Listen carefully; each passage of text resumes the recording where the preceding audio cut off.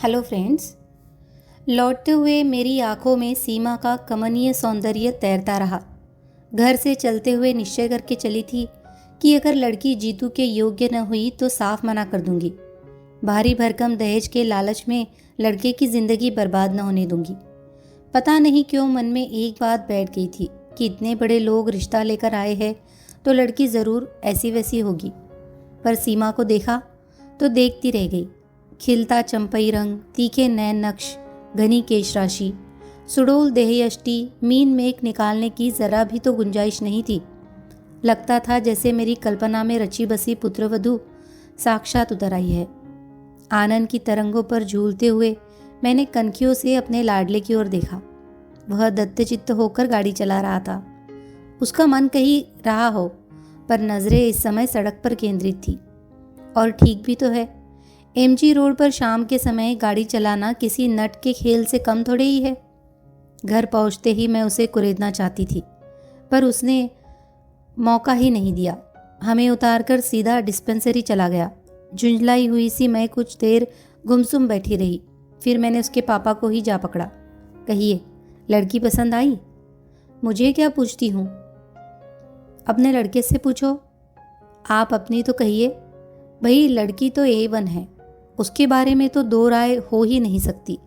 बाकी अब उन्हें रिश्ता जच जाए तब है। अरे वाह, रिश्ता न जचा होता तो क्या वे 10 बार हमारे दरवाजे पर आते?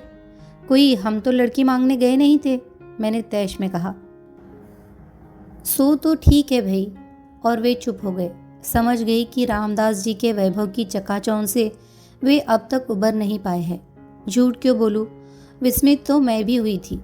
जो सोचा था उससे कुछ ज़्यादा ही पाया था, और जो था उसका प्रदर्शन करने की भी उन्होंने भरपूर कोशिश की थी। विशाल कोठी, बाहर पंक्तिबद्ध खड़ी 3-3 गाड़ियाँ, जिनके सामने हमारी मॉरिस एकदम छकड़ा लग रही थी। कीमती सूटों में सजे हुए उनके तीनों लड़के, गहनों कपड़ों से लदी हुई तीनों बहुएं, दामी कालीन, महंगा फर्नीचर, वर्दीधारी नौकर, शाही नाश्ता, हर चीज़ में प्रदर्शन था। हर बात में प्रभावित करने की कोशिश थी।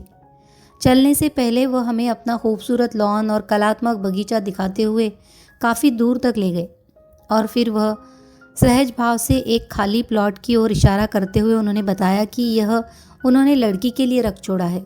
लड़कों को उन्होंने शहर के संभ्रांत इलाकों में एक एक बंगला बनवा दिया है, क्योंकि वह जानते हैं कि देर सवेर सबको अलग होना ही है, लेकिन लड़की को वे अपने आंखों के सामने ही रखना चाहते हैं। इसीलिए प्लॉट यही ले लिया। उन्होंने बहुत ही सहज भाव से यह सब बताया था, पर उनका उद्देश्य छिपा न रहा। उनकी संपन्नता पर, ऐश्वर्य पर विस्मय विमुग्ध होते हुए भी मेरे भीतर बैठी अभिमानिनी माँ मुझे बार बार जतला रही थी। देख, तेरे बेटे के लिए कितने बड़े घर का रिश्ता आया है। और तब बेटे की योग्यता के सम्मुख सारा वैभव हे लगने लगा था। एक बात सोच लो, जीतू के पापा कह रहे थे, ये शादी हो गई तो जीतू अपने पास नहीं रहेगा, वही बंगला बनाकर रहना पड़ेगा। कोई ज़रूरी है? मैंने तुनक कर कहा। क्या उसके घर द्वार नहीं है जो ससुराल में बसने जाएगा? और मेरे ही क्या 10-5 लड़के हैं जो उसे भेज दूंगी? फिर वह प्लॉट पड़ा रहेगा, मैंने लापरवाही से कहा। न होगा तो एक नर्सिंग होम डाल देंगे। नर्सिंग होम कम है इंदौर में। बच्चों के लिए तो कोई नहीं है, अपन तो बच्चों का ही बना लेंगे, जिसमें उसने स्पेशलाइज किया है। और बातों ही बातों में मैंने एक 3 मंजिले नर्सिंग होम की रूपरेखा बना डाली। नीचे आउटडोर और ऑपरेशन थिएटर, बीच वाली मंजिल पर जनरल वार्ड्स, और सबसे ऊपर स्पेशल कमरे, सामने खुली सी बालकनी। पूरा नक्शा मेरे मन में तैयार था। इंजीनियर होती तो कागज़ पर उतार कर ही दम लेती। स्थापित नर्सिंग होम के लिए कोई अच्छा सा नाम सोच ही रही थी कि गाड़ी का परिचित हॉर्न सुनाई दिया। अपने लाडले से पूछ लो पहले, ये बोले। सपने बाद में बुनती रहना। अपने बचपन पर झेपती सी मैं खाना लगाने उठ गई। खाने के समय मैं बराबर उसके चेहरे को देखकर टो लेती रही, पर उसने ज़रा भी हवा न लगने दी। आखिरकार मुझसे रहा न गया। इनके उठते ही मैंने पूछ लिया, क्यों रे, लड़की कैसी लगी? बिना देखे मैं कैसे बता सकता हूँ? क्या मतलब? फिर सारी शाम तू क्या करता रहा? उनकी मेहमान नवाजी का लुत्फ उठाता रहा, उनकी लंबी चौड़ी बातों से बोर होता रहा। मम्मा, सारी चमक धमक देखकर यही लगता रहा कि बेकार एमडी किया मैंने। बस पापा एक एजेंसी ले देते तो। बकवास बंद कर, पहले लड़की के बारे में बता। मम्मा, कहा तो मैंने ठीक से उसे देखा ही नहीं। अव्वल तो वह इतनी देर के बाद कमरे में नमूदार हुई और फिर 90 डिग्री का कोण बनाकर बैठ गई। न तो एक बार भी उसने ऊपर देखा, न मुंह से एक शब्द निकाला। मेरे ख्याल में वह तो या तो भैंगी हो या गूंगी है। चुप भी कर, जब देखो उल्टी सीधी बातें करेगा। लड़कियां क्या ऊँट की तरह मुंह उठाए सामने रहती है? तो फिर देखने के लिए बुलाने का तात्पर्य क्या है? उसने जिद की। ये हिंदुस्तान है बेटे, इन्होंने एकाएक भीतर आते हुए कहा। शायद इतनी देर तक कान लगाए हमारी नोकझोंक सुन रहे थे। बोले, यह हिंदुस्तान है बेटे, भले घरों की लड़कियां यहाँ ऐसा ही व्यवहार करती है। मैं भी हिंदुस्तानी हूँ पापा, 2 साल अमेरिका में रहने से कोई अमेरिकन नहीं हो जाता। पर बात तो ऐसी कर रहा है जैसे वहीं पर पैदा हुआ हो। इनका स्वर कुछ सख्त हो आया था। जीतू ने प्रत्युत्तर नहीं दिया, चुपचाप हाथ धोने चला गया और हाथ धोकर सीधा अपने कमरे में। शायद इस विषय पर वह अधिक बहस बढ़ाने का इच्छुक नहीं था। देखने दिखाने की प्रथा से वह हमेशा ही चिढ़ा हुआ था। जया की शादी के समय भी उसने 2-4 बार हमारा विरोध किया था, पर वधू पक्ष की दुहाई देकर हमने उसका मुंह बंद कर दिया था। पर अपने लिए तो इस तरह के नाटक करने से उसने साफ मना कर दिया था। कहता, मम्मा, जिस दिन कोई लड़की मुझे भा जाएगी मैं तुम्हारे सामने लाकर खड़ी कर दूंगा, तुम चिंता मत करो। पर उसकी यह बात ही तो हम लोगों के लिए सबसे बड़ी चिंता का कारण थी। आजकल की लड़कियों का ठिकाना थोड़े ही है, हर क्षेत्र में तो उनकी घुसपैठ है। पता नहीं कौन कब टकरा जाए। डॉक्टर के लिए तो यह खतरा कुछ ज़्यादा ही है, जिसमें जीतू जैसा सुदर्शन व्यक्तित्व तो हर कहीं प्रशंसक बटोर लेता है। इसीलिए हम लोग बहुत व्यग्र थे। जीतू के डॉक्टर होते ही रिश्ते आने शुरू हो गए थे, पर अमेरिका से लौटने के बाद तो जैसे बाढ़ सी आ गई थी। क्योंकि जीतू डॉक्टर था, इकलौता था, फॉरेन रिटर्न था, गली में सही पर अपना 2 मंजिला मकान था, पुराना सही पर घर में एक गाड़ी थी। पिता की अच्छी खासी प्रैक्टिस थी। बिरादरी में ऐसे सर्वगुण संपन्न लड़के है ही कितने। खाता पीता घर और डॉक्टरी पास वर लोगों के मुंह में पानी न आता तो आश्चर्य था। तभी तो रामदास जी जैसे प्रमुख व्यवसायी ने हमारे दरवाजे पर दस्तक दी थी। बड़ी मुश्किल से जीतू साथ जाने के लिए राजी हुआ था। कह रहा था, पहले तुम देखाओ, पर लड़की वालों को बार बार परेशान करना हमें अच्छा नहीं लगा। जया के वक्त के कुछ कड़वे मीठे अनुभव मन में अभी ताज़े ही थे, इसीलिए हम सब साथ ही वहाँ पहुँचे। रामदास जी ने इतनी आवभगत की कि उनके परिवार ने इतना प्रेम टपकाया कि बार बार यही डर बना रहा कि लड़की अगर अच्छी न हुई तो उन लोगों को किस तरह जवाब देंगे। वह बहुत देर बाद बाहर आई। उस समय हम लोग कॉफ़ी पी रहे थे। अपनी दोनों भाभीयों के बीच चलती हुई वह कमरे में आई थी और एक अस्पष्ट सी नमस्ते के साथ सिर झुकाकर बैठ गई थी। उसकी विनम्रता पर मैं मुग्ध हो गई थी। अंग्रेज़ी में MA लड़की और इतनी सुशील। इतने लोगों के बीच उसका यह सहसा सहमा सिमटा रूप एकदम स्वाभाविक लग रहा था। तब यह बात मन में उठी ही नहीं कि इस तरह जीतू तो उसे बिल्कुल नहीं देख पाया होगा। वह भी तो बड़ी शालीन सी मुद्रा में बैठा हुआ था। सोच समझकर आखिर एक उपाय मैंने ढूंढ ही लिया। जया की सालगिरह के बहाने बहन भाइयों को एक दिन चाय पर आमंत्रित कर लिया। जया थी अपनी ससुराल में, इसीलिए उपहार आदि लेकर मुझे चिंतित होने की ज़रूरत भी नहीं थी। 2 दिन तक मैं घर की सफाई में जुटी रही। फर्श धो पोंछ कर चमकाया गया, नई चादर बिछाई गई, सोफे के कुशन्स बदले गए, पर्दे धुलवाए गए और तो और ड्राइंग रूम के दरवाजे तक नए सिरे से पेंट कर डाले। नया सा एक कालीन लेकर वहाँ डाल दिया। फिर भी जैसे मन की तृप्ति नहीं हो रही थी। हर कोण से मैं वहाँ की सजावट को देखती और हर बार कुछ न कुछ सुधार कर देती। ये लोग बीच में टोक न देते तो शायद मेरा यह क्रम मेहमानों के आने तक चलता रहता। दोनों बाप बेटे हाथ बांध कर बैठे हुए थे और मेरी परेशानी का मज़ा ले रहे थे। जब 2-3 बार वॉल पीसेज और कैलेंडर्स बदल चुकी तो उन्होंने कहा, मेरा ख्याल है एक बार दिसंबर हो जाता तो ठीक रहता। 5 बजने में अभी तो बहुत टाइम है। क्यों? इतना गुस्सा आया मुझे, एक तो खुद करेगी नहीं और मेरा फुला हुआ चेहरा देखकर ही जीतू मेरे मूड को भाप गया। तो बोला, मामा क्यों बेकार ही परेशान हो रही हो, लाख कोशिश करें हम, यह घर कोठी तो बनने से रहा। उसे मत रोक जीतू, अपनी होने वाली बहू को इम्प्रेस करने की योजना है उसकी। And you know, first impression is the last impression. कोठी न सही, आउट हाउस तो लगेगा ना यह घर। अरे आउट हाउस भी लग जाए तो गनीमत समझो, मैंने तुनक कर कहा। जाने किस दरिद्र जगह में डाल दिया है सारा पैसा, कितना भी करो रौनक ही नहीं आती। गुस्से में ही सही मैं अपने मन की बात कह गई थी। इतना लंबा चौड़ा मकान बनवा तो लिया, पर गली की वजह से उसकी सारी शान पर पानी फिर जाता था। रामदास जी के आउट हाउस सचमुच इससे अच्छा शो देते थे। उस दिन प्लॉट दिखाने ले गए थे, तब उन्होंने दिखाई थी छोटे छोटे घरों की वो लंबी कतार। उनकी संस्था के कर्मचारी उनमें रहते थे। खुली जगह में हरियाली के समुद्र के बीच वे छोटे छोटे द्वीपों की तरह लग रहे थे। जीतू ठीक ही कहता है, बेकार मेहनत करने से क्या फ़ायदा, उस वैभव से तो होड़ लेना ही असंभव है। ठीक 5 बजे वे लोग आए, छोटी वाली दोनों भाभियाँ, छोटा भाई और वह। मुझे अच्छा लगा। बहुत भीड़ होती तो वही उस दिन वाला किस्सा हो जाता। लगा कि लोग समझदार है। सीमा उस दिन की तरह गहनों से लदी नहीं थी, मेकअप भी बहुत हल्का था, इसीलिए उसका सौंदर्य आज आंखों में चकाचौंध नहीं भर रहा था, बल्कि ठंडक दे रहा था। नींबू कलर की हल्के जरी के काम वाली शिफॉन उसके रंग के साथ एकाकार हो रही थी और देखने वाले की आंखों को बांध लेती थी। मेरी नौकरानी ने तो वही निर्णय सुना दिया, लाड़ी घनी सुंदर छे हो, कदे मारी नज़र नहीं लागी जाए। वे सभी लगभग समवयस्क ही थे। उन्हें ड्राइंग रूम में छोड़कर मैं रसोई में चली आई और देर तक नाश्ता लगाती रही। नाश्ते की तैयारी भी मैंने कल से शुरू कर दी थी और अपना सारा पाक कौशल दांव पर लगा दिया था। उन लोगों ने हर वस्तु के साथ न्याय किया और प्रशंसा के पुल बांध दिए। छोटी बहू ने 2-1 चीज़ों की विधि भी पूछी, अच्छा लगा। सीमा ज़रूर धीरे धीरे चुक सा रही थी, पर मैंने ध्यान नहीं दिया। अपनी होने वाली ससुराल में कोई चबर चबर खा सकता है भला? खाने के बाद मैं महिलाओं को घर दिखाने में लग गई।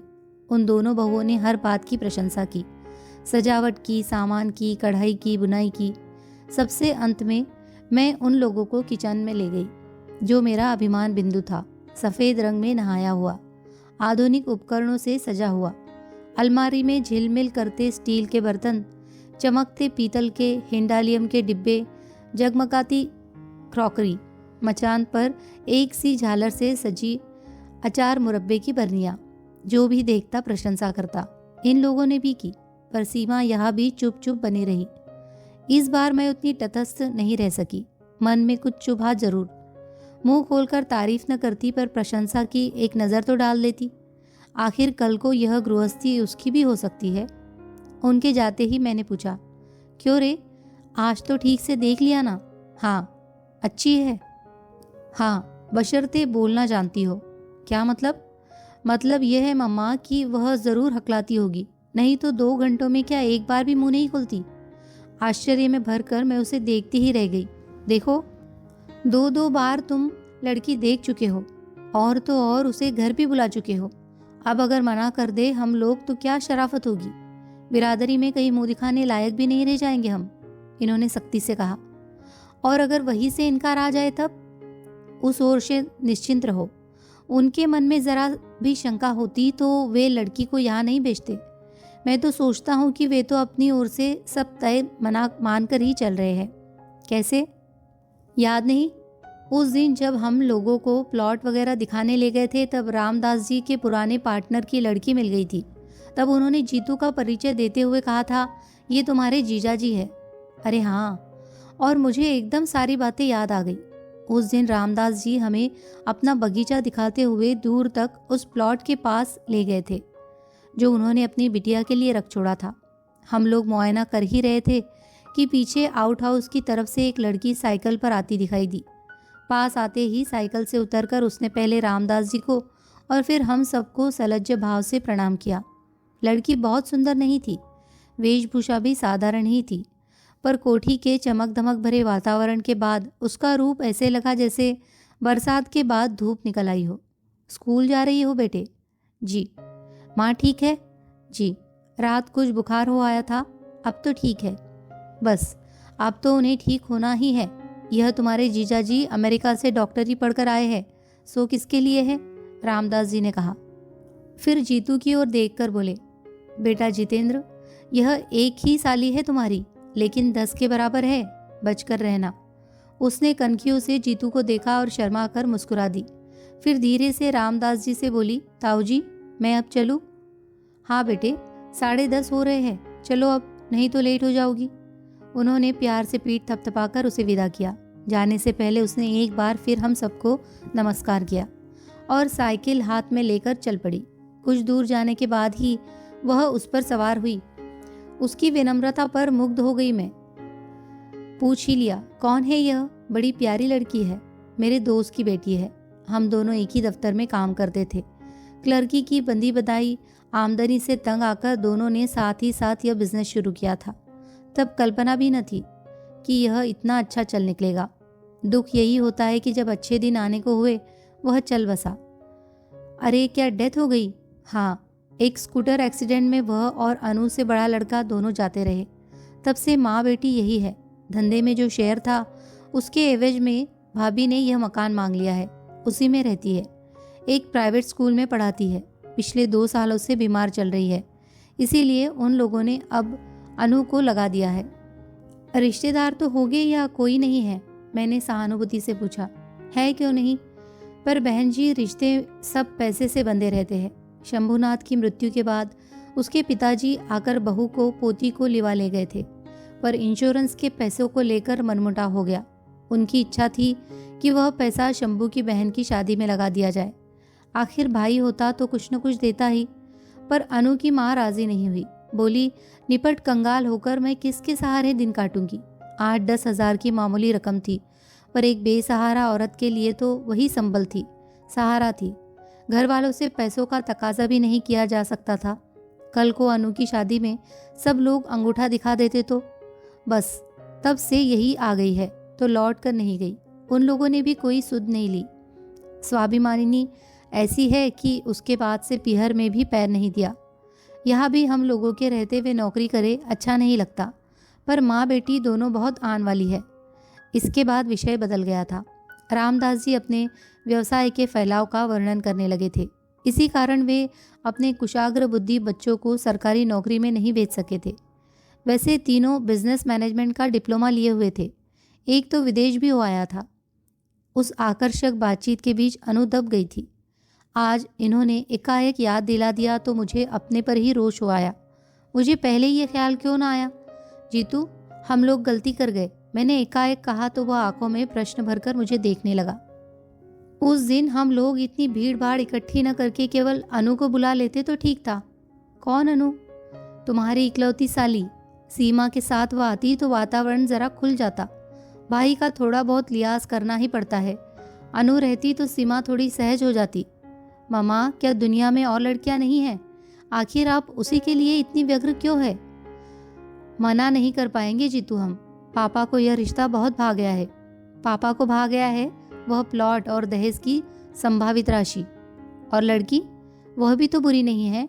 अच्छा सच बता, क्या तुझे पसंद नहीं है? उसने उत्तर नहीं दिया, केवल मेरी ओर देखा। उसकी आंखों में सीमा का नाम साफ पढ़ा जा सकता था। उसी दिन मैं और जीतू पिक्चर देखकर लौट रहे थे। वैसे मैटेनी में अक्सर चली जाती हूँ, पर बहुत दिनों बाद गाइड देखने का सुयोग बना था। उसका लोभ मैं संवरण न कर सकी। पिक्चर समाप्त हुई और जैसे कि तय था, हॉल से बाहर निकलते ही मेरे सिर में दर्द होने लगा। जीतू, गाड़ी रोक दो। रास्ते में एक मेडिकल स्टोर नजर आते ही मैंने कहा, क्यों? दवा लेनी है। घर में 2-2 डॉक्टर है, पर तुम्हें केमिस्ट के यहाँ गए बिना चैन नहीं आता। उसने गाड़ी रोकते हुए कहा। घर में डॉक्टर है इसीलिए तो मुसीबत है। कोई अपने मन की दवा ले ही नहीं सकता। इससे रिएक्शन होता है, इससे हार्ट पर प्रेशर बढ़ता है और भी न जाने क्या क्या। भुनभुनाती हुई मैं उतर पड़ी। वह भी पीछे पीछे चला आया। शायद देखना चाहता था कि मैं कौन सी गोलियां ले रही हूँ। हम लोग स्टोर में घुसे ही थे कि आवाज़ आई, जीजा जी नमस्ते। चौंक कर देखा, बड़े बड़े नीले फूलों वाला गुलाबी स्वेटर, गुलाबी सलवार सूट पहने एक प्यारी सी शौक सी लड़की जीतू से नमस्ते कर रही है। आप? मैंने ठीक से पहचाना नहीं, जीतू ने हकलाते हुए कहा। अरे इतनी जल्दी भूल गए? श्रीमान जी, मैं अनु हूँ। ओह, एकदम जैसे जीतू को सब कुछ याद आ गया। अपनी इकलौती साली को इतनी जल्दी भूल गए? फिर मेडिकल की पढ़ाई आपने कैसे पूरी की होगी? हमने तो सुना था आप बड़े स्कॉलर हैं। मेडिकल कॉलेज में फैंसी ड्रेस थोड़े ही सिखाया जाता है। उस दिन तो आप सफ़ेद सी साड़ी वाड़ी पहनकर बड़ी सोबर सी लग रही थी। उस दिन स्कूल जा रही थी ना, वहाँ तो भाई सोबर बनकर ही जाना पड़ता है। तो पढ़ाती भी है? हे भगवान, इस देश का क्या होने वाला है? जीतू भी अब मूड में आ गया था। देश की चिंता मत कीजिए जीजा जी, जो बच्चे आपके इलाज से बच जाएंगे वे ही मेरे स्कूल में आएंगे। मैं काउंटर पर खड़ी खड़ी उस नोक-झोंक का मजा ले रही थी। जब बिल चुकाकर लौटने लगी तब अनु ने मुझे देखा। नमस्ते आंटी, उसने विनम्रता से सिर झुकाकर कहा और पास आकर खड़ी हो गई। कैसी हो बेटे? माँ कैसी है? मैंने औपचारिकता निभाई। माँ का तो आंटी चलता ही रहता है, उन्हीं की दवाइयाँ लेने तो आई हूँ। उसने कंधे पर लटका बैग खोलकर दिखाते हुए कहा। चलो तुम्हें घर छोड़ दे, मैंने दुकान से बाहर निकलते हुए कहा। ना आंटी, मेरे पास तो अपना लौहरत है। पर यह बताइए आप लोग घर कब आ रहे हैं? उस दिन ताऊ जी कह रहे थे कि जीजाजी एक दिन माँ को देखने ज़रूर आएंगे। मैंने जीतू की ओर देखा। वह कुछ देर तक सोचता रहा, फिर बोला, अनु जी, आपके घर हम आएंगे ज़रूर, पर एक शर्त है। फरमाइए। कुछ देर वह पेशोपेश में चुप रहा, फिर बोला, मामा तुम चलकर बैठो, मैं अभी 1 मिनट में आया। बच्चे इस तरह लिहाज करते हैं तो कितना अच्छा लगता है। वैसे शर्त क्या मुझसे छिपी हुई थी? सीमा को भी उसके साथ अनु के यहाँ बुलवाने की बात होगी और क्या। 5-6 दिन बाद एक दोपहर का खाना खाते हुए उसने पूछा, मामा शाम का कोई कार्यक्रम तो नहीं है? नहीं तो क्यों? अनु के यहाँ चलना है। मैं चलकर क्या करूँगी रे? यूँ ही तुम लोगों को असुविधा होगी। हम लोगों से मतलब यही कि सीमा भी आएगी ना वहाँ? नहीं, उसके साथ सुबह इंदौर कॉफ़ी में डोसा खा चुका हूँ। यही तय हुआ था, उसने रूखे रूखे अंदाज में कहा था। मैंने गौर से देखा, उसका चेहरा भी बुझा बुझा सा था। शाम को कुछ यूँ ही मूड में हम लोग रवाना हुए। अपनी कार हम लोगों ने जानबूझकर छोड़ दी थी। हमने स्कूटर ले लिया था जो बाहर चलता हुआ ठीक उस घर के सामने जाकर रुका था। वह प्रतीक्षा में द्वार पर ही खड़ी थी। हमें देखते ही उसकी आंखें प्रसन्नता से चमक उठी। पहले कमरे में ही अनु की माँ का बिस्तर लगा हुआ था। उम्र पता नहीं क्या रही होगी, पर जीवन संघर्षों और बीमारियों ने उस औरत को बुरी तरह थका दिया था। कुछ औपचारिक चर्चाओं के बाद जीतू बोला, मम्मा आप लोग थोड़ी देर गपशप करो, तब तक मैं इन्हें देख लेता हूँ। अनु मुझे भीतर लिवा ले गई। 2 ही तो कमरे थे, बीच में आंगन और उस पार रसोई। उसने बताया कि बाहर के कमरे में रहने से माँ को अकेलापन नहीं सताता। दरवाज़ा भी पलंग पर बैठे बैठे खोल देती है। सुबह शाम कोठी से कोई नौकरानी आकर चौका बर्तन सफाई कर जाती है, पर बाकी समय तो उन्हें अकेले ही रहना पड़ता है। आंगन में उसने कई गमले लगा रखे थे। मैं मूढ़े पर बैठे बैठे उन खूबसूरत फूलों को देखती रही कि कुछ ही क्षणों में जीतू आ गया। हाथ धुलवाएंगी? जीतू ने कहा। वही जामुन के थाले में अनु हाथ धुलवाने लगी। कैसी है माँ? अनु ने अधीरता से पूछा। वह चुपचाप हाथ धोता रहा, बेमतलब देर लगाता रहा। माँ ठीक तो हो जाएगी ना? उसने दोबारा पूछा। इस बार उसकी आवाज़ काँप रही थी। अनु जी, हमने तो आपका वादा पूरा किया, पर आपकी बात तो अधूरी रह गई। तो इसका हम क्या करें? शर्त तो सिर्फ दीदी को ले आने भर की थी। अब वह बुद्ध बनी बैठी रही तो हम क्या करें? हाँ, आप कर ही क्या सकती है? 1 कप चाय तो पिला सकती है ना? ओ श्योर। एकाएक उसका चेहरा खिल उठा। माँ के बारे में पूछते हुए 2 आंसू बरबस गालों पर लुढ़क आए थे। वे अब धूप में ओसकन की तरह चमकने लगे थे। आप थोड़ी देर माँ के पास बैठिए आंटी, मैं चाय लेकर अभी आई। हम दोनों फिर से बाहर जाकर बैठ गए। थोड़ी देर तक गुमसुम बैठने के बाद जीतू ने कहा, चाची जी, यहाँ आसपास आपके कोई रिश्तेदार नहीं है? है क्यों नहीं बेटा, पर अपना कहलाने लायक कोई नहीं है। 4 चाचा है अनु के, पर पिछले 10 साल से किसी ने एक बार भी इधर का रुख नहीं किया है। अनु के मामा तो होंगे, एक है, और उनका अपना ही परिवार इतना बड़ा है। फिर परिस्थिति भी साधारण है। उन पर बोझ बनने की अपेक्षा अपनी ही कमाई खाना अच्छा लगा। अब तक तो ईश्वर ने आन निभा दी थी, अब 2 साल से लड़की खट रही है। पर तुम क्यों पूछ रहे हो बेटा? कुछ नहीं, ऐसे ही। आप बीमार चल रही है, अनु नौकरी करती है, कोई जिम्मेदार आदमी पास रहे तो ठीक रहता है। मुझे मालूम है बेटे, दिन पर दिन मैं छिसती जा रही हूँ। जिंदगी से मुझे कोई मोह भी नहीं है, पर मुझे इतना जिला लो कि अनु को अपने हाथों विदा कर सकूं। कहते हुए माँ का स्वर कातर हो आया था। आप तो पता नहीं क्या सोच बैठी। उसके पूछने का मतलब ये नहीं था। मैंने ढाढ़स बंधाते हुए कहा, अभी तो आपको जीना है, अनु के बच्चे खिलाना है। शादी तो हो जाए पहले। शादी की चिंता क्यों करती है आप? लड़की तो हीरा है, मैंने कहा। उससे क्या होता है बहन जी, कोरी लड़की कौन ब्याहता है आजकल। सच है, भगवान लड़की दे तो तिजोरी भर कर धन भी दे, नहीं तो व्यर्थ है सब, उन्होंने उस्सास लेकर कहा। उसी समय हाथ में ट्रे लेकर अनु ने प्रवेश किया। माँ ने अपनी रामायण शुरू कर दी ना, उसने नाश्ता लगाते हुए कहा। इसीलिए तो सब यहाँ आने से घबराते हैं। आंटी बेचारी पहली बार आई है, उन्हें भी बोर कर दिया तुमने। माँ बेचारी खिसियाकर चुप हो गई। उनका मन रखने के लिए मुझे कुछ कहना चाहिए था, पर समय पर कुछ सूझ ही नहीं पड़ा। उधर चाय नाश्ते का दौर शुरू हो गया था। थोड़े समय में लड़की ने कॉफ़ी कुछ तैयार कर लिया था, पर मुझसे कुछ खाया नहीं गया।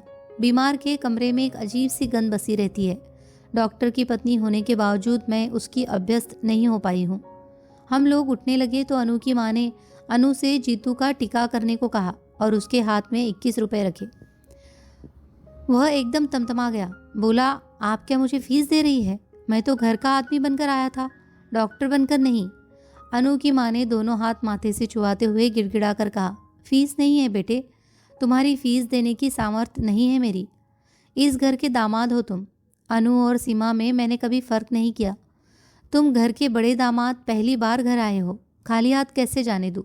चाहिए तो था कि हम बहन जी का भी कुछ सत्कार करते, पर उतनी सामर्थ्य ही कहा है, बस हाथ भर जोड़ लेते हैं। इतना कहते हुए भी वे हाफ गई थी। शगुन के रुपए है, ले लो बेटा, मैंने जीतू की जेब में जबरदस्ती वे नोट ठूसते हुए कहा। मैंने देखा अनु की माँ की आंखें तरल हो आई है। जीतू ने कोई प्रतिवाद नहीं किया, पर वह गुमसुम हो आया था। सड़क हमें छोड़ने आई अनु ने भी इसे लक्ष्य किया। बोली, जीजा जी प्लीज़, माँ की बातों का बुरा न मानिएगा। कभी कभी वो बेहद भावुक हो जाती है। उनकी तबीयत को देखकर हर बात मान लेती हूँ मैं। आप भी? नहीं अनु, मैंने किसी भी बात का बुरा नहीं माना, जीतू ने उसे आश्वस्त करते हुए कहा। माँ लोगों की बातों का कोई बुरा मानता है भला? अनु तो आश्वस्त होकर घर लौट आई, पर जीतू सारे रास्ते वैसा ही चुप चुप रहा। मैंने समझाया भी, इतना संकोच करने की ज़रूरत नहीं है। कल को तेरी शादी होगी ही तो मैं अनु को 20 की जगह 120 की साड़ी पहना दूंगी। पर आज अगर रुपए लौटा दिए जाते तो दोनों माँ बेटी यही समझती कि उनकी परिस्थिति का मखौल उड़ाया जा रहा है। पर वह उसी तरह गंभीर बना रहा। रात अचानक मेरे मन में एक बात कौंधी और मुझे उसके उखड़े मूड का कारण समझ में आ गया।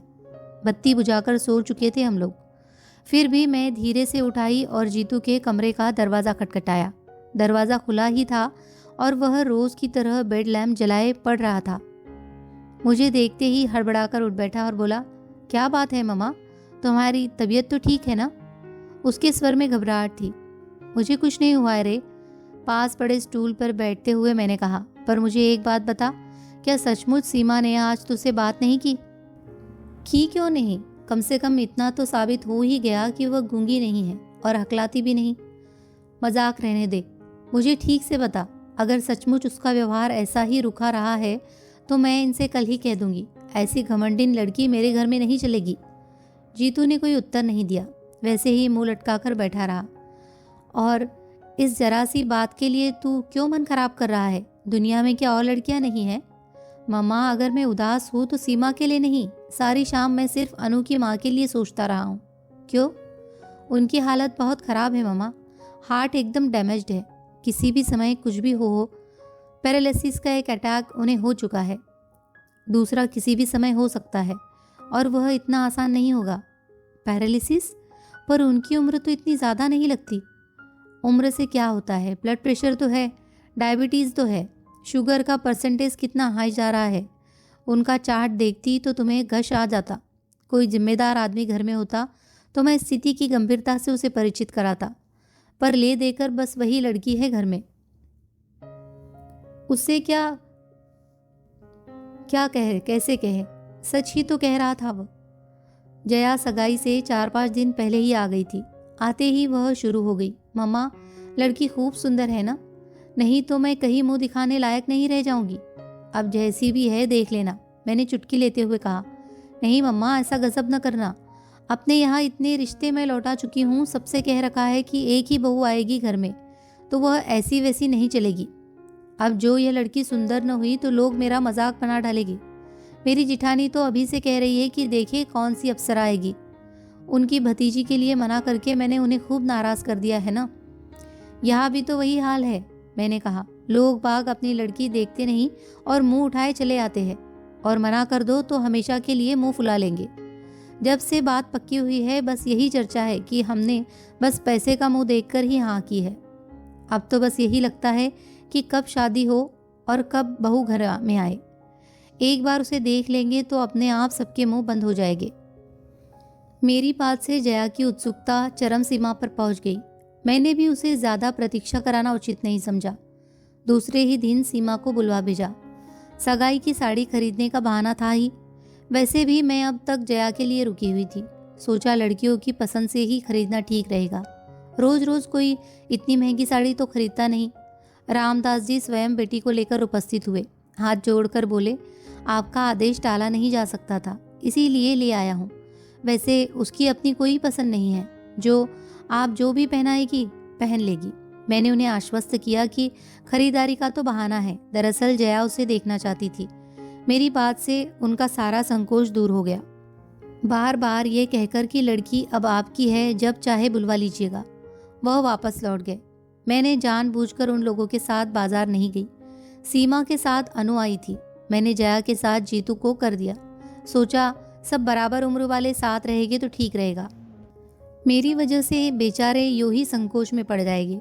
अनु और जीतू की नोकझोंक तो रामदास जी के जाते ही शुरू हो गई थी।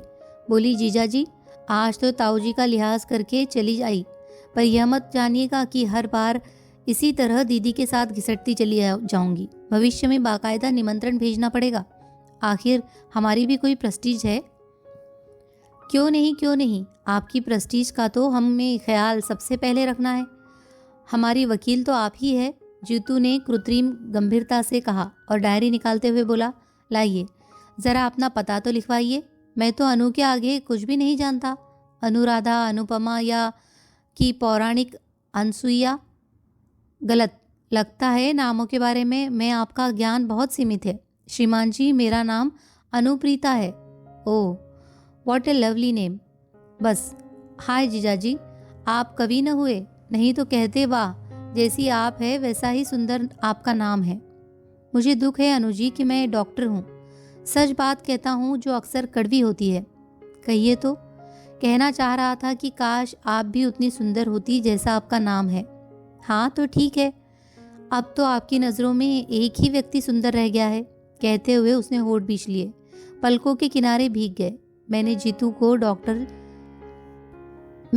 को डांट कर चुप कराया तो बोला, बस इतने में ही रो दी। और आपके ताऊजी कह रहे थे एक ही साली है, पर 10 के बराबर है। हमने तो सिर्फ पानगी पेश की थी और आपके छक्के छूट गए। उनकी इस जुगलबंदी का हम सभी मजा ले रहे थे। जीतू की आखिरी बात पर तो सब लोग ठठाकर हंस पड़े। अनु भी बहादुरी के साथ मुस्कुरा दी। इसी हंसी खुशी के वातावरण में सब लोग घर से विदा हुए, और उन लोगों के चले जाने के बाद मुझे याद आया कि इस सारे शोर शराबे के बीच सीमा एकदम गुमसुम बैठी हुई थी। बोलना तो दूर, वह एक बार मुस्कुराई तक नहीं। शर्मीली बहुत लड़कियां देखी है मैंने, पर उनके अधमुंदे होठों से, नद पलकों से हंसी की किरणें निरंतर फूटती रहती है। सीमा शर्मीली नहीं, घुन्नी लड़की है। जीतू जैसे हंसमुख लड़के के साथ उसका निभाव कैसे हो सकेगा, या उसे भी अपनी तरह मनहूस बनाकर रख देगी। जब से यह शादी तय हुई है मैं इसी चिंता में घुली जाती हूँ। इनसे तो कुछ कहना ही बेकार है। एक बार मुंह खोलने का प्रयास किया था तो बुरी तरह डांट खानी पड़ी थी। बोले, तुम तो जीतू को अभी दूध महा बच्चा ही समझती हो। वह तुम्हारे सामने नाटक करता है और बाहर उसे लेकर होटलों में घुमा करता है। होटल में सिर्फ एक बार गया था, तभी तो। एक बार या 100 बार, उससे क्या फर्क पड़ता है। अपने लाडले को समझा दो, यह हिंदुस्तान है, अमेरिका नहीं। यहाँ की लड़कियां अरे गहरे के साथ होटलों में नहीं जाया करती। और बात फिर दब गई थी। पर जितनी बार सीमा को देखा है, यही लगा है कि इस लड़की से मेरा या जीतू का निर्वाह कैसे होगा। कोई और लड़की होती तो इतने दिनों में घर से एक आत्मिक संबंध स्थापित कर लेती, पर यह आज भी उतनी ही पराई लगती है। बाजार से लौटी जया तो भरी हुई थी। साड़ी का डिब्बा मेरे सामने पटक कर बोली, लो देख लो, पूरे 700 की साड़ी है। पर महारानी ऐसे मुंह बनाती थी जैसे उनके लिए छीट खरीदी हो। मैंने डिब्बा खोलकर देखा। रानी कलर की बनारसी रेशम जरी की बूटियों से झिलमिल कर रही थी। उसे पसंद नहीं आई? मैंने अधीर होकर पूछा। अरे मुंह खोलकर कहे तब ना। मूर्ति की तरह कोने में बैठी रही, हाथ लगाना तो दूर, एक बार आंख उठाकर नहीं देखी। वह सील बिल थी, साथ में तो ठीक रहा। उसी की मदद से चुनाव कर डाला। मेरा मन एकदम बुझ गया था। माना कि बड़े घर की लड़की है, बनारसी साड़ी उसके लिए अनोखी चीज़ नहीं है, पर सगाई की साड़ी के साथ तो एक भावात्मक संबंध होता है। मुंह से कुछ न कहे कोई तो आंखों से ही बहुत कुछ कहा जा सकता है। कम से कम जया का मन तो रह जाता। वह तो इतनी आहत होकर लौटी है कि बहू की रूप चर्चा उसके सामने व्यर्थ है। मुझे तो यही डर लगता है रे, मैंने कहा। अजीब गुन्नी लड़की है, जीतू के साथ पता नहीं कैसे निभेगी। गुन्नी नहीं है ममा, घमंडी है। तुम तो अब अपनी चिंता करो, जीतू के लिए परेशान होने की जरूरत नहीं है। उनकी तो खूब घुट रही है। अभी आते आते भी उसने एक चिट्ठी चुपके से पकड़ाई है, मैंने साफ देखा है। जया की बात ने सचमुच चौंका दिया मुझे। सोचा ये ठीक ही कहते हैं, जीतू यो ही मेरे सामने नाटक करता होगा। मैं भी तो पागलों की तरह उसके पीछे पड़ जाती हूँ। सीमा ने क्या बात की, कैसे की, बेचारा जवाब दे भी तो क्या। कुछ भी हो, मन से एक बोझ तो उतर ही गया। सारी तैयारी करते कराते रात के 12 बज गए। दूसरे दिन ये लोग ओली डालते जा रहे थे। इतने बड़े घर में संबंध होने जा रहा था। पहली बार हम लोग कुछ लेकर जा रहे थे, पर जैसे सारी चिंता मेरे ही सिर थी और कोई मेरा हाथ बटाने नहीं आ रहा था। जीतू का तो खैर प्रश्न ही नहीं था। जया मुंह फुलाकर बैठ गई थी। उसे सीमा जरा भी अच्छी नहीं लगी थी। कल जीतू ने चिढ़ा दिया था कि सीमा के आ जाने से दीदी का सौंदर्य तेज फीका पड़ जाएगा, इसी से वह नाराज है। बात हंसी मजाक में ही टल जानी थी, पर जया बहुत बुरा मान गई थी। उसकी ओर से किसी सहायता की आशा करना ही व्यर्थ था। सबसे ज्यादा रोष तो मुझे उसके पापा पर आ रहा था। एक बार भी उन्होंने सारा सामान नहीं देखा, न पूछताछ की। मैं बिस्तर पर गई तब वे बड़े मजे से खर्राटे भर रहे थे। इतना ताव आया मुझे, उन्होंने झकझोर कर जगाया। मैंने और पूछा, सुनो, सुबह जमाई साहब को लेने स्टेशन कौन जा रहा है? ठीक से तय कर लो, नहीं तो समय पर कोई नहीं पहुंचेगा। कोई नहीं जा रहा, उन्होंने अलसाए स्वर में कहा। क्यों? क्योंकि वे नहीं आ रहे। क्यों? आपको कैसे पता चला? क्योंकि मैंने ही उन्हें फ़ोन पर मना किया है। अरे क्यों? क्योंकि कल का प्रोग्राम कैंसिल हो गया है। क्यों? रामदास जी को हार्ट अटैक हो गया है। हाय राम, क्यों? क्योंकि उनकी लड़की अपने फुफेरे भाई के साथ भाग गई है। क्यों?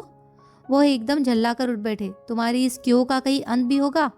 लड़कियां किसी के साथ क्यों भाग जाती है? क्या यह भी मुझे बताना पड़ेगा? किसी आकर चुप हो गई मैं। सच तो पागलों की तरह प्रश्न पर प्रश्न किए जा रही हूँ। कम से कम इनकी मनस्थिति का तो ख्याल किया होता। शाम से अनमने हैं बेचारे, पर मुझे अपनी व्यस्तता के बीच ध्यान ही ना आया। इस कांड की तो मैंने कल्पना भी न की थी।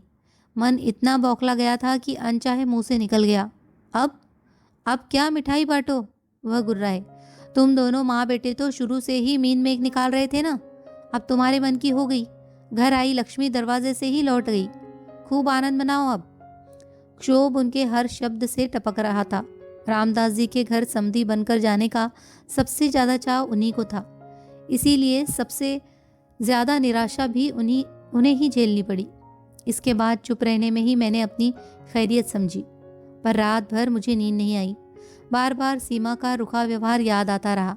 उसे हम लोगों में कोई दिलचस्पी नहीं थी तो वह स्वाभाविक ही था, पर घर के लोग कैसे हैं, क्या उन्हें भी अंदाजा न हुआ होगा?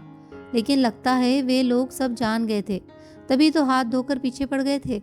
जिस दिन से रिश्ता लेकर आए थे उन्होंने हमें सांस नहीं लेने दी थी। यह तो ईश्वर की कृपा थी जो समय रहते सारा रहस्य खुल गया। मुझे कमरे में आते हुए उसने दर्पण में देख लिया था। वहीं से बोला, तुम परेशान क्यों हो रही हो मम्मा? मैं अभी शेव बनाकर वही आ तो रहा था। मैं तो यूं ही चली आई थी रे। चाय की ट्रे गोल मेज पर रखते हुए मैंने कहा। सोचा साथ साथ चाय भी पी लेंगे। और एक बात भी कहनी थी। Something important? उसने अपना काम जारी रखते हुए पूछा। हाँ, ऐसा ही समझ लो। वह जो सीमा है ना, वह इस बुरी तरह से चौंका कि रेजर हाथ से फिसल ही गया। गीले तौलिए से गाल को सहलाते हुए वह मेरे सामने आकर बैठ गया और अधीर स्वर में बोला, सीमा क्या कह रही थी तुम? क्या किया है उसने? वह अपने फुफेरे भाई के साथ भाग गई है। मैंने सपाट स्वर में आखिर कह ही डाला। ओ मम्मा, उसने एक दीर्घ उच्छ्वास छोड़ी। तुमने तो मुझे डरा ही दिया था। उतनी सी देर में मैं पता नहीं क्या क्या सोच गया था। क्या सोच गया था? मैंने हैरत से पूछा। दरअसल मम्मा, मैं एक पागलपन कर बैठा था, उसने खिसियाए स्वर में कहा। इससे पहले कि मैं कुछ पूछूं, वह उठा और एक दराज में से एक कागज का पुर्जा निकाल लाया और बोला, लो पढ़ लो। पढ़ने को था ही क्या, बस 2 पंक्तियां ही थी। अगर आप शादी से इनकार नहीं करेंगे तो मुझे मजबूरन कुछ खा लेना पड़ेगा। कब मिली यह चिट्ठी तुझे? मैंने कांपते स्वर में पूछा। उसी दिन जब हम लोग साड़ी खरीदने गए थे। तो पगले, मुझे बताया क्यों नहीं? कैसा सर्वनाश हो जाता अभी। एक जिद सी सवार हो गई थी मम्मा। मैं भी जया की तरह सोचने लगा था। लगता था यह लड़की हमें बहुत छोटा करके देखती है। इसके दर्द को तोड़ना होगा। इसे ब्याह कर घर लाना ही है, भले ही दूसरे दिन उसे छोड़ आना पड़े। उसकी बेरुखी का और भी कोई कारण हो सकता है, इस ओर ध्यान ही नहीं गया। और अगर वह सचमुच कुछ खा लेती तो? मैंने कप में चाय डालते हुए पूछा। इसीलिए तो तुमने जब एकाएक उसका नाम लिया तो मैं डर गया। मुझे तो हैरत होती है मम्मा, पढ़ी लिखी होकर भी ये लड़कियां इतनी बुज़दिल कैसे हो सकती है? अपने मन की बात खुलकर कहती क्यों नहीं?